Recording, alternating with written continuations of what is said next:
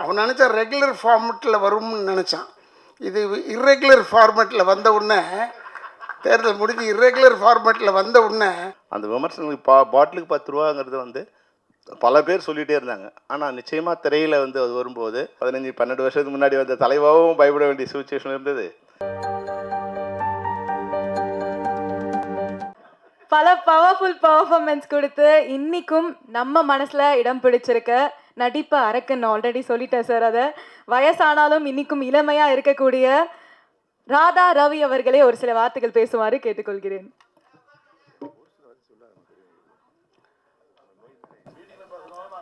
இங்கே கூடியிருக்கும் என் குடும்பத்தை சேர்ந்தவர்களே, பத்திரிகையாளர் நண்பர்களே, அப்புறம் யூடியூபர்ஸ், என்னை வாழ வைத்து கொண்டிருக்கும் யூடியூபர்ஸ்க்கும் என்னுடைய வணக்கங்களை கூறிக்கொண்டு, இந்த படத்திற்கு இங்கே தலைமை தாங்க வந்திருக்கும் அன்பண்ணன் பாக்கியராஜ் சார் அவர்களுக்கும், பேசிவிட்டு சென்ற செல்வமணி அவர்களுக்கும், மேலும் மேலே நடித்த அத்தனை கலைஞர்களுக்கும், ஏன்னா பழகருப்பையன் இருக்கார், நாஞ்சிலார் இருக்கார், எல்லாருக்கும் என்னுடைய வணக்கங்களை கூறி, கேமரா படம் பற்றி நான் தனியாக பேசுனது எதுக்குன்னா, இஸ் அ சூப்பர் கேமராமேன்.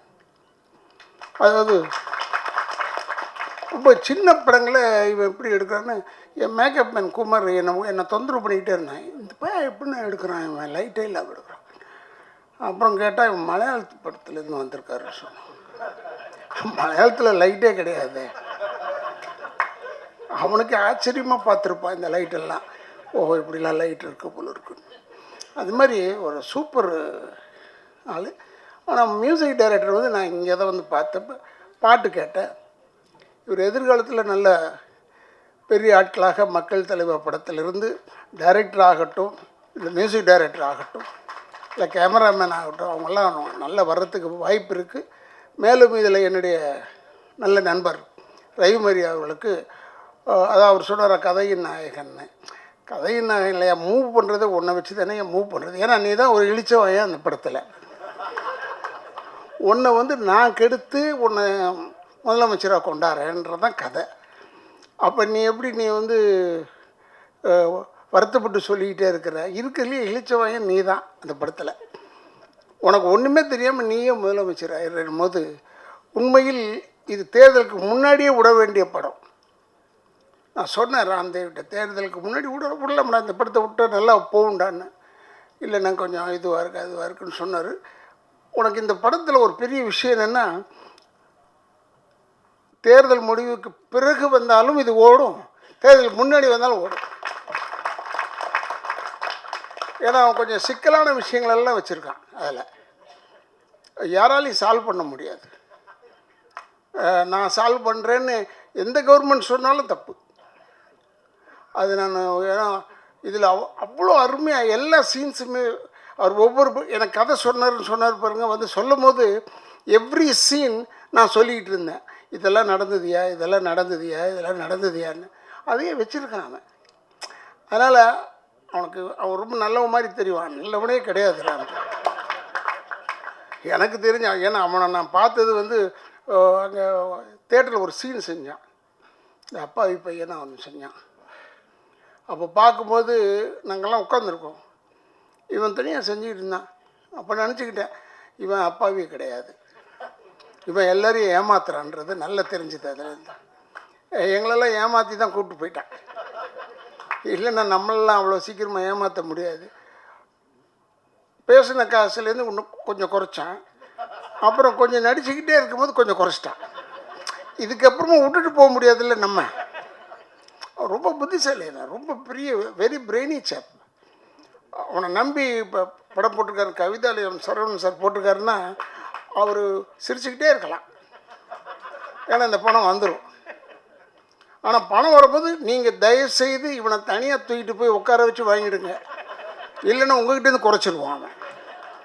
எங்களெல்லாம் குறைச்சி தான் வந்தான் அவன்.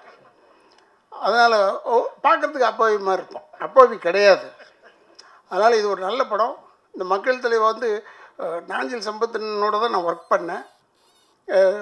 எப்படா நீ உங்களுக்கெல்லாம் கதை சொன்னியா, சீன் சொன்னியா நீன்னு கேட்டேன். எல்லாருக்கும் சொல்லி தான் நான் கூப்பிட்ருக்கேன்னு. நான் கிடையாது. ஏன் ஆச்சரியமாக இருந்தது, இவங்கெல்லாம் உன்னை நம்பி வந்திருக்காங்கன்னா பெரிய விஷயம் இல்லை. எப்படி நம்ப வச்சான்னு தெரில. அதில் தான் நான் பாராட்டுறேன். அதே மாதிரி இப்போ இதில் எல்லாரையுமே சொல்கிறேன், Ravi Maria has done a good job. Ravi Maria கிளாஸ்னு சென்டர் ஆஃப் ஆக்சஸ் அவன் தான். அவனை சுற்றி தான் எல்லோரும் நாங்கள் வரோம். பட் அவனை இந்த வழிக்கு கெடுக்கிறதே நான் தான். அதனால் எனக்கு ஒரே சந்தோஷம். ஏன்னா நம்ம செய்கிற விஷயத்தை போய் இப்போ படத்தில் செய்ய சொல்லிட்டாங்களே, என்னடா இது யோசனை பண்ணேன். ஏன்னா நான் டெஃபினட்டாக நானாக இருந்தால் கூட இப்படி தான் சொல்லியிருப்பேன். அதுக்கேற்ற மாதிரி எலெக்ஷன் வந்துருச்சு. அவன் பயந்தான். ஏன் பயந்தான்னு தான் எனக்கு தெரியல. அவன் நினச்சா ரெகுலர் ஃபார்மெட்டில் வரும்னு நினச்சான். இது இர்ரெகுலர் ஃபார்மெட்டில் வந்த உடனே, தேர்தல் முடிஞ்சு இர்ரெகுலர் ஃபார்மெட்டில் வந்த உடனே அவன் கொஞ்சம் தெம்பாயிட்டான். இப்போ நம்பி படத்தை ரிலீஸ் பண்ணான். பாருங்கள், ஒரு படத்தில் சென்சார் ஆகலைன்னு சொல்லிட்டு இங்கே வந்து போடலையே ப்ரொஜெக்ஷனு. அந்த அளவுக்கு ஒரு முதல்ல எடுத்தோடனே எதிர்ப்பு தான்டா உனக்கு. முதல் வெறும் ப்ரொஜெக்ஷன் தேட்டரில் ஆரம்பிக்கிற விஷயம் ரெகுலர் தேட்டர் வரைக்கும் போகுது உனக்கு. நான் இப்போவும் சொல்கிறேன், இந்த படம் பார்த்தாங்கன்னா நம்மளை சொல்கிறாங்களோ இல்லை நம்மளை சொல்கிறாங்களோ, சர்வகட்சி கூட்டமும் உன்னை வந்து தேடுவாங்க. இப்போவும் சொல்கிறேன், நம்ம தயாராக இருக்கணும். நான் சொன்னேன், வீட்டில் கூட சொல்லிட்டு இருந்தேன், பேசிக்கிட்டு இருக்கும்போது கூட, இல்லை இந்த படத்துக்கு எங்கள் மேலாம் கேஸ் வந்தாலும் வந்துடும். ஏன்னா எங்கேயோ ஒரு இடத்துல எதையோ ஒன்று பேசியிருக்கோம். அப்போ எங்கேயோ ஒரு இடத்துல கேஸ் வரும். கேஸ் வராமல் இருந்தால் நல்லது. ஆச்சரியம் எங்களுக்கு, அவ்வளோதான். ஆனால் இவன் பரவாயில்ல, இவனுடைய சைஸுக்கு எங்கே வேணாலும் போய் ஒழிஞ்சிக்கலாம், எவனும் கேட்க போகிறதில்ல. அப்படி இவனை பார்த்தாலும் இவனை ஒரு டைரக்டர் மாதிரி தெரியல, வேறு ஏதோ ஒரு சாதாரணமான ஆள் மாதிரி தெரியும். அதனால் இவன் தப்பிச்சுக்கலாம். பட் நாங்கள்லாம் மாட்டிக்குவோமேன்றது தான் எனக்கு பயம். முகம் தெரிந்தவர்கள்லாம் நிச்சயமாக மாட்டிக்குவாங்க. இதில் ரொம்ப பிரமாதமாக படம் வந்திருக்கு. இந்த படத்தை பாருங்கள். ஆனால் தேட்டரில் போய் பாருங்கள். இதை ரொம்ப சொல்லி சொல்லி அழுத்து போயிட்டேன். இந்த இடத்துலையே 100 தடவை சொல்லிட்டேன். தேட்டரில் போய் படம் பாருங்கள், தேட்டரில் போய் படம் பாருங்கள். இந்த படம்லாம் தேட்டரில் பார்த்தா உங்களுக்கு அந்த எஃபெக்ட் கிடைக்கும். What is the effect of the theatre, ஆடியன்ஸ்கிட்ட தான் கிடைக்கும். அதனால் சொல்கிறேன், தேட்டரில் போய் படம் பாருங்கள். இங்கே வந்து அத்தனை பேரும் வாழ்த்த வந்திருக்கும் அத்தனை பேருக்கும் என்னுடைய வணக்கங்களை கூறி, ரவிமரியாக்கு என்னுடைய தனிப்பட்ட முறையில் வாழ்த்துக்களை கூறி, இவ்வளோ பேர் வந்திருக்கீங்க, இவ்வளோ பேருடைய வாழ்த்தும் ரவிமரியாக்கும் உண்டு என்று சொல்லி விடைபெறுகிறேன். நன்றி, வணக்கம்.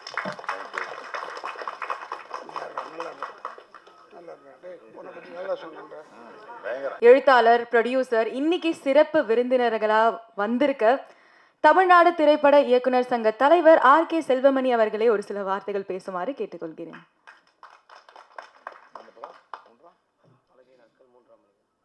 மூன்றாம் மனிதன் படுகிறான்.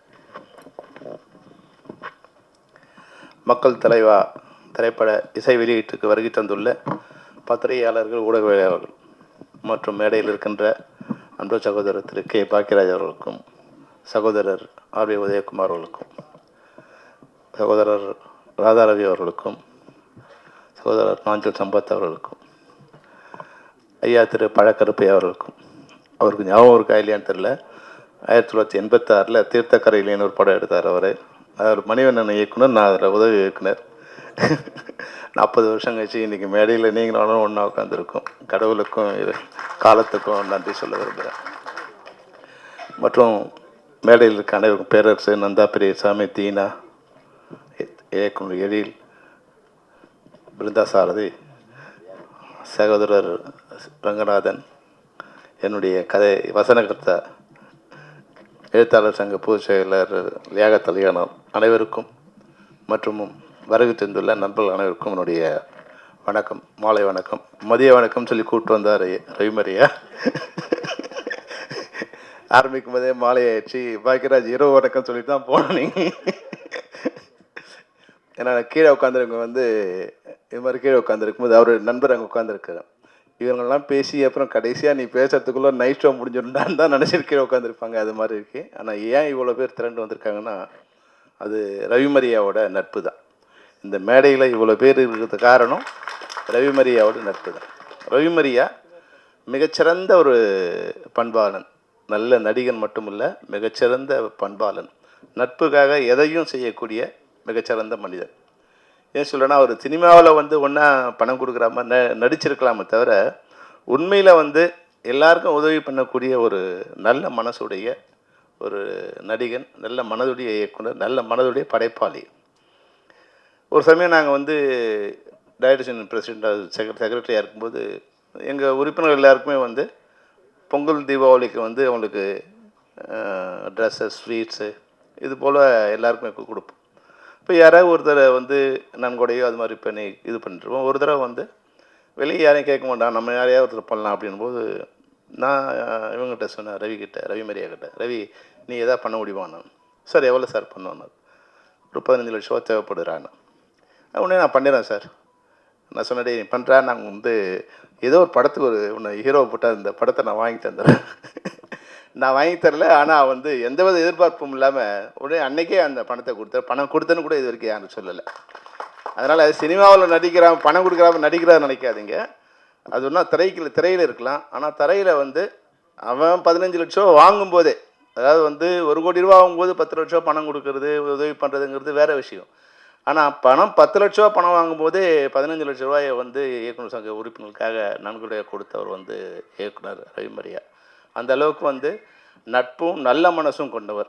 அவர் வந்து மக்கள் தலைவான்னு வந்து இன்றைக்கி ஒரு ஹீரோவாக வந்திருக்காரு.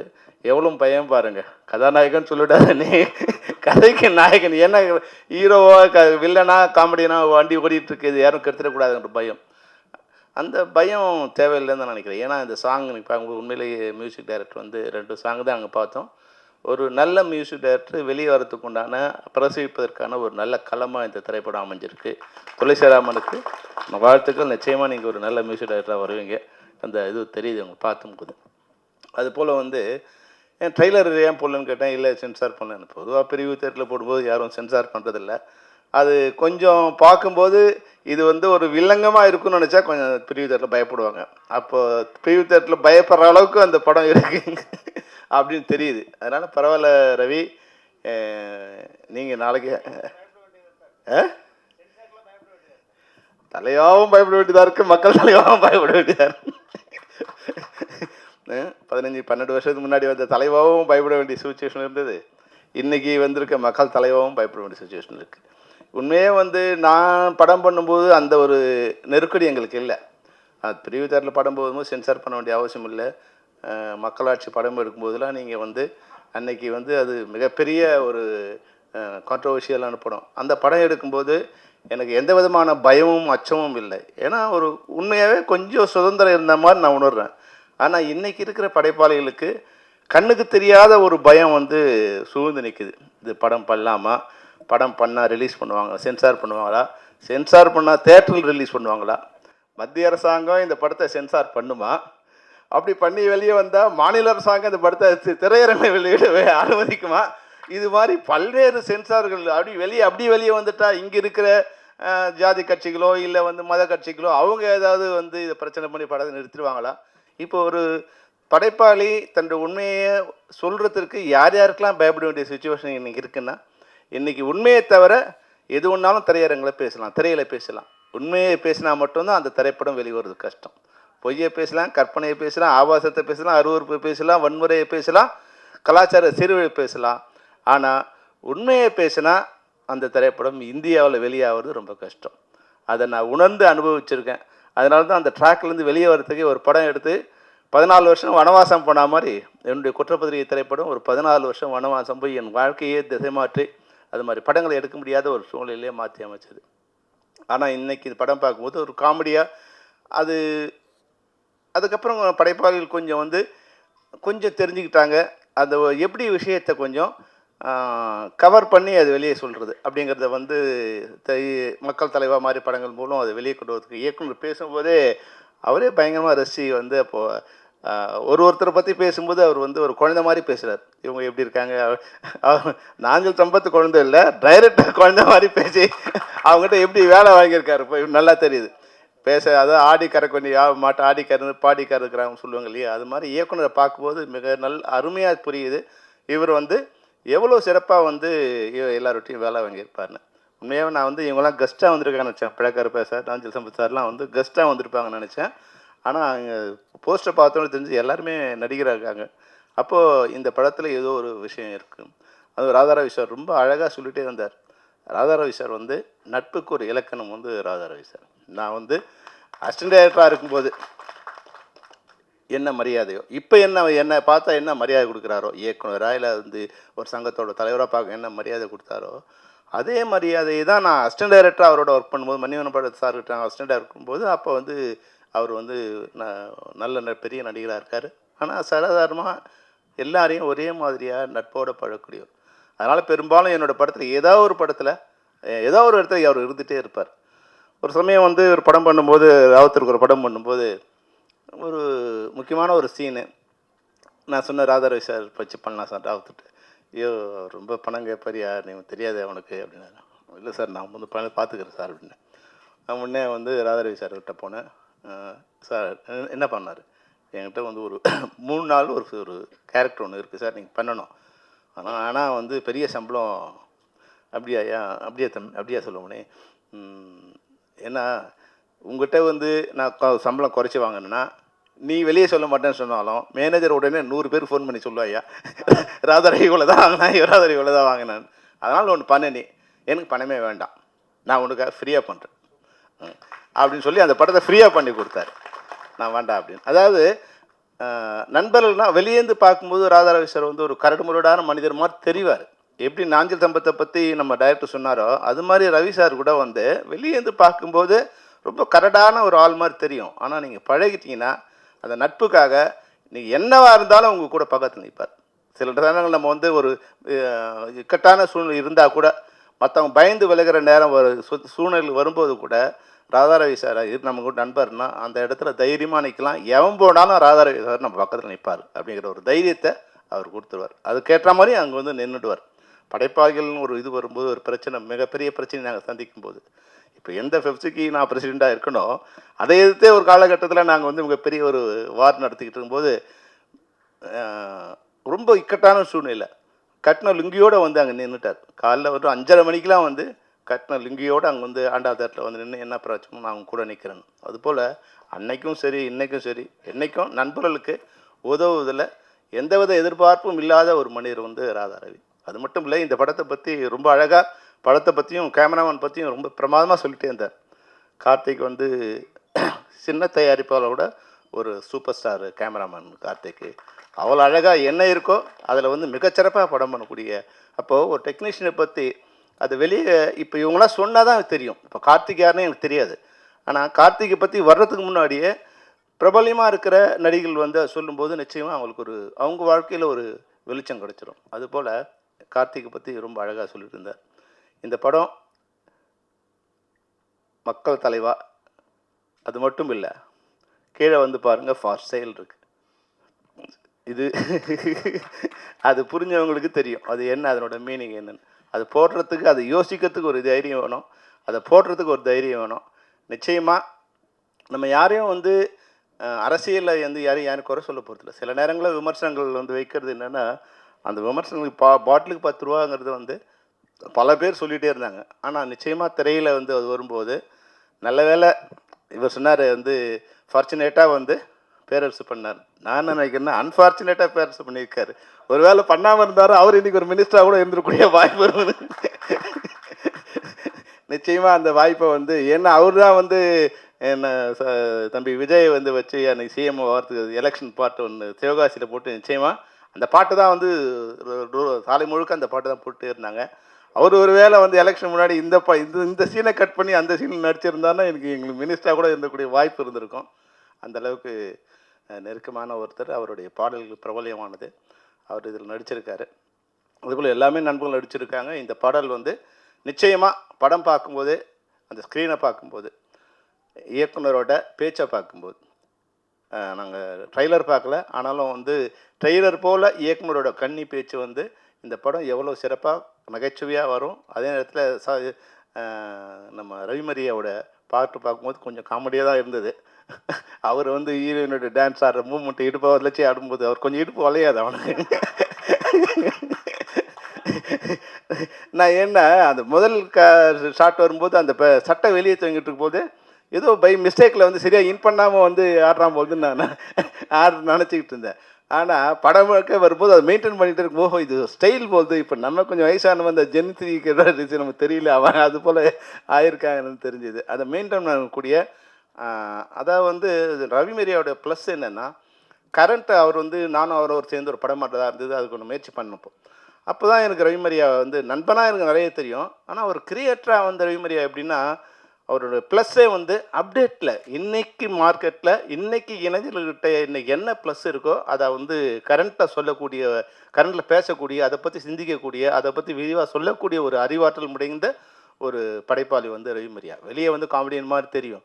ஆனால் அவரோட அறிவு வந்து எல்லாரை விட வந்து அரசியல் ஞானம், அரசியல் அறிவும் அதை பற்றியான விழிப்புணர்வு. ஏன்னா அது படித்ததே அந்த அளவு இது சோஷியல் சயின்ஸ் தான் படிச்சிருக்காங்க. அதனால் வந்து சமூகத்தை பற்றியான ஒரு மிகச்சிறந்த அறிவு இருக்குது. அதை இந்த படத்தில் வந்து காமெடியாக வெளியே கொண்டு வந்திருக்கா நான் நினைக்கிறேன். அவர் என்னுடைய மிகச்சிறந்த நண்பர். எனக்கு நெருங்கிய நண்பர் வட்டாரத்தில் ஒரு 10 பேர் இருக்காங்கன்னா, அந்த 10 பேரில் வந்து ஒரு முக்கியமான ஆள் வந்து ரவிமரியா. என்ன என்னோடய பிரச்சனை என்னவாக இருந்தாலும், எனக்கு எப்போ தேவைப்பட்டாலும், எங்கே இருந்தாலும் அந்த நேரத்தில் வந்து அவர் நிற்கக்கூடிய நண்பர். அதனால் அது நான் மட்டும் இல்லை, நீங்கள் மேடையை பார்த்தா தெரியும். இன்னும் நிறைய பேர் வந்து அவர் விட்டுருக்கலாம். அவர் நினச்சிருந்தாருன்னா கீழே இருக்கிற அளவுக்கு வந்து இந்த அரங்கை ஃபில் பண்ணக்கூடிய அளவுக்கு அவருக்கு நண்பர்கள் திரைத்துறையில் இருக்குது. எல்லாரும் அவருக்கு நண்பர்கள் தான். அவங்க இன்றைக்கி வந்திருப்பாங்க. அவரோட நட்புக்கு, அவரோட மனசுக்கு, இந்த யூனிட்டோட கவிதாலயா சரவணனுக்கு நான் வந்து இந்த இந்த சில்லு பார்க்கும்போது ரவி சார் சொன்னேன், சார் உங்களை பார்த்தா கே பாலச்சந்தர் மாதிரியே இருக்குது சார் அப்படின்னு சொன்னேன். அப்படியே அப்படின்னு சிரிச்சார். அப்புறம் கவிதாலயா சரவணன். கவிதாலயாங்கிறது தமிழ் திரையுலகத்தில் மிகப்பெரிய புரட்சிகரமான சின்ன படங்களை கொண்டு வந்த ஒரு நிறுவனம். ஒருவேளை கவிதாலயா ஒர்க் பண்ணிங்களான்னு கேட்டேன். இல்லை சார், என்னுடைய ஒய்ஃப் பேர் கவிதா, அது நான் முன்னாடி 20 வருஷத்துக்கு முன்னாடியே கவிதாலயா சரவணன் பேர் வச்சுக்கிட்டு இருந்தார். அதனால் ஏதோ ஒரு வகையில் அது நல்ல திரைப்படங்கள் கொடுத்து அந்த கவிதாலயா பேர் சரவணன்கிட்ட ஜாயின் பண்ணியிருக்கு. அதனால் தயாரிப்பாளராக அவர் நிச்சயமாக வெற்றி பெறுவார். அனைவருக்கும் மக்கள் தலைவாவில் பணிபுரிந்த அனைத்து டெக்னீஷியன்ஸுக்கும், நடிகர்களுக்கும், தயாரிப்பாளருக்கும், பெப்சி சார்பிலையும் இயக்குனர் சங்கத்தின் சார்பிலும் என்னுடைய மனமார்ந்த வாழ்த்துக்களை தெரிவித்துக் கொள்கின்றேன். வெல்க மக்கள் தலைவர். நன்றி, வணக்கம்.